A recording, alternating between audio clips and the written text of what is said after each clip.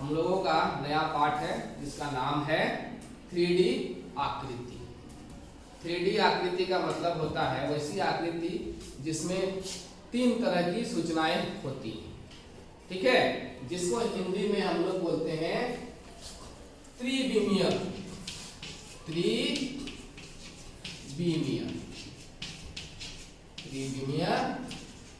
आकृति। हिंदी में कहते हैं त्रिविमीय आकृति जिसमें 3 चीजें होती हैं।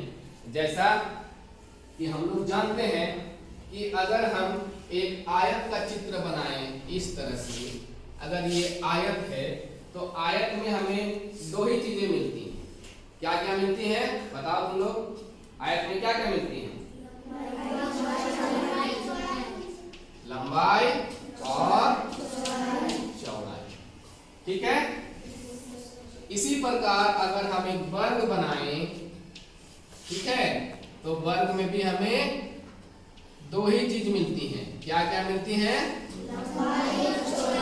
इसमें भी लंबाई और चौड़ाई ही मिलती है। समझ में आ रहा है?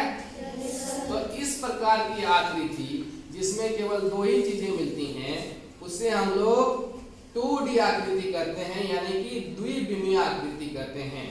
समझ में आ रहा है? लेकिन बहुत से ऐसी आकृति हैं जिसमें हमें 3 चीजें मिलती हैं, उससे हम लोग त्रिविमीय कहते हैं। जैसे हम लोगों का एक चित्र बना हुआ है, यहाँ पर एक घनाभ का चित्र है। ये क्या है? घनाभ है। इस घनाभ में हम लोग देखेंगे कि 3 चीजें हैं, ठीक है। पहला है इसकी लंबाई, समझ में आ रहा है?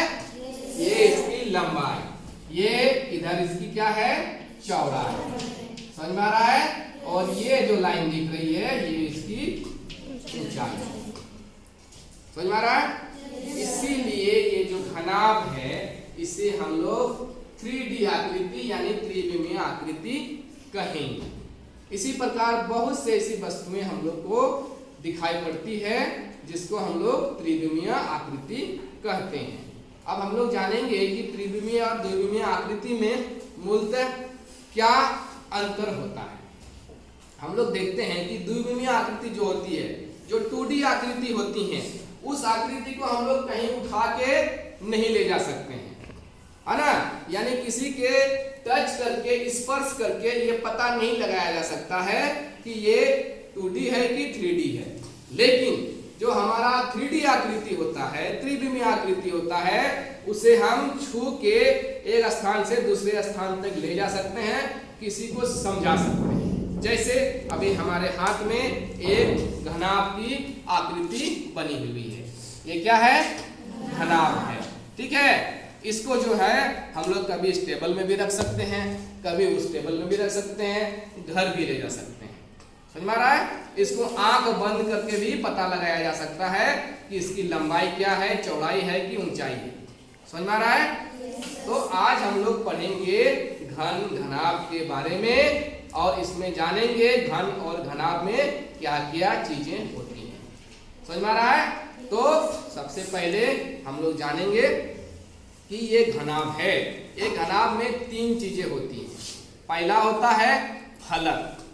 फलक किसे कहते हैं? जो ऊपर का हिस्सा होता है, वैसा स्थान जहां पर किसी भी वस्तु को रखें तो आसानी से रख जाए। समझ में आ रहा है? तो ये इसका फलक होता है। दूसरा होता है शीर्ष।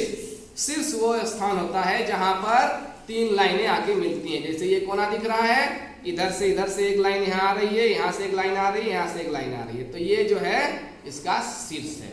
तीसरा है किनारा। किनारा किसे कहेंगे? कि वैसा स्थान जहां से किसी को रख दें तो गिर जाएगा। समझ में आ रहा है? जैसे यहाँ ये किनारा है, यहाँ से इसको इसे लुढ़का देंगे तो गिर जाएगा। तो किसी भी घनाभ में 3 चीजों के बारे में हम लोग को जानकारी होना चाहिए, ठीक है। पहला होता है फलक। अब हम लोग देखेंगे कि इसके कितने फलक होते हैं। समझ में आ रहा है? कितने फलक होते हैं? कौन जानता है? बताएगा? हाँ, कितने फलक होते हैं? 6 फलक होते हैं। बैठ जाओ। पहला ये दिखाई दे रहा है, ये फलक हो गया ए, ठीक है। उसी प्रकार नीचे भी एक होगा, 2 हो गया, समझ में आ गया। उसी प्रकार इधर भी होगा, कितना हो गया, 3, इधर भी होगा 4, ठीक है, इधर पीछे 5 और इधर एक 6। समझ में आ गया सबको कि एक घन या घनाभ में 6 फलक होते हैं, इसमें कोई दिक्कत नहीं है, ठीक है। इसके बाद क्या आता है, शीर्ष। शीर्ष बताया गया है कि किसी भी घन या घनाभ में कितने शीर्ष होते हैं माया, 8 शीर्ष होते हैं। शीर्ष जहां 3 लाइनें मिलती हैं, समझ में आ रहा है। जैसे कि ये ध्यान से देखो, 1 2 3 4, समझ में आ रहा है। हाँ, तो यहाँ 3 मिली तो इधर 4 हो गया, फिर इसको पलट देंगे तो नीचे भी 4 हो जाएगा। यहाँ भी 3 मिलना चाहिए ना, 2 से नहीं होगा, 3 लाइन मिलना चाहिए। यानी कि इसके कितना, यहाँ 4 शीर्ष और नीचे 4 शीर्ष, 8 शीर्ष हो गए। समझ में आ रहा है सभी को। हाँ, अब जो है किनारा, किनारा को हम लोग को समझना है, ठीक है। तो किनारे कितने होते हैं, 12 होते हैं, क्योंकि जितना फलक होगा उसी का डबल किनारा होता है। समझ में आ रहा है।